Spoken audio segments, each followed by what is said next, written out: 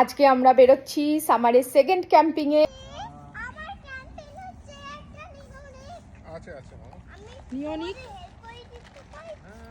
আমরা ক্যাম্পিং করতে এসেছি ব্রন্টে ক্রিক প্রভিন্সিয়াল পার্কে। এসেই শুরু হয়েছে টেন্ট সেটআপের কাজ। এই যে কি করছে পপিন্স, তোমাকে হার্ট করছে, চুল টানছে। পপিয়া, এত সকালে কেন উঠেছো?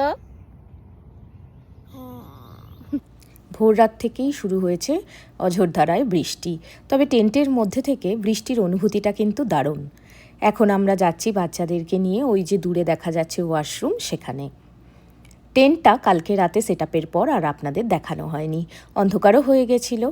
এই হচ্ছে টেন্টের ভেতরে থাকার ব্যবস্থা। এখানে আমার গপুকে বসিয়েছি টেবিলের একটা কোনায়, আর এই হচ্ছে টেন্টের বাইরে যাওয়ার ডোর।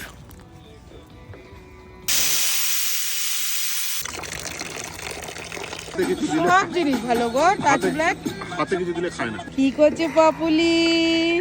খাও করছো? কি চিকেন বানাচ্ছো?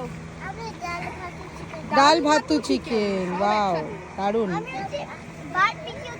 তুমি বারবিকিউ চিকেন।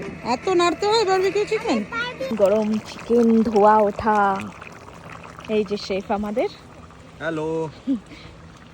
ম্যারিনেশনটা তার বউ করে এনেছে শেফের, আর শেফ এখন রান্না করছে। দারুণ গন্ধ বেরিয়েছে কিন্তু।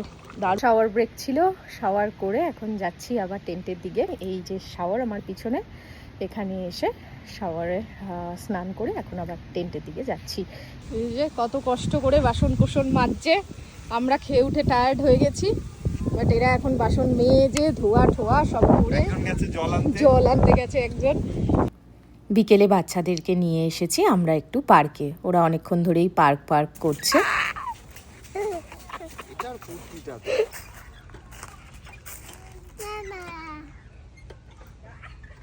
ভালো তো, একটা টায়ার দিয়ে।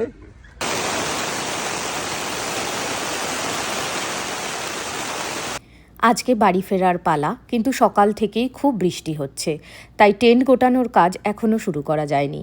টেন্টের ভেতরটাই গোছাচ্ছি, ওয়েট করে আছি বৃষ্টিটা একটু ধরলেই বাইরে গিয়ে টেন্ট গোছানোর কাজ শুরু হবে, মানে টেন্ট নামানোর কাজ।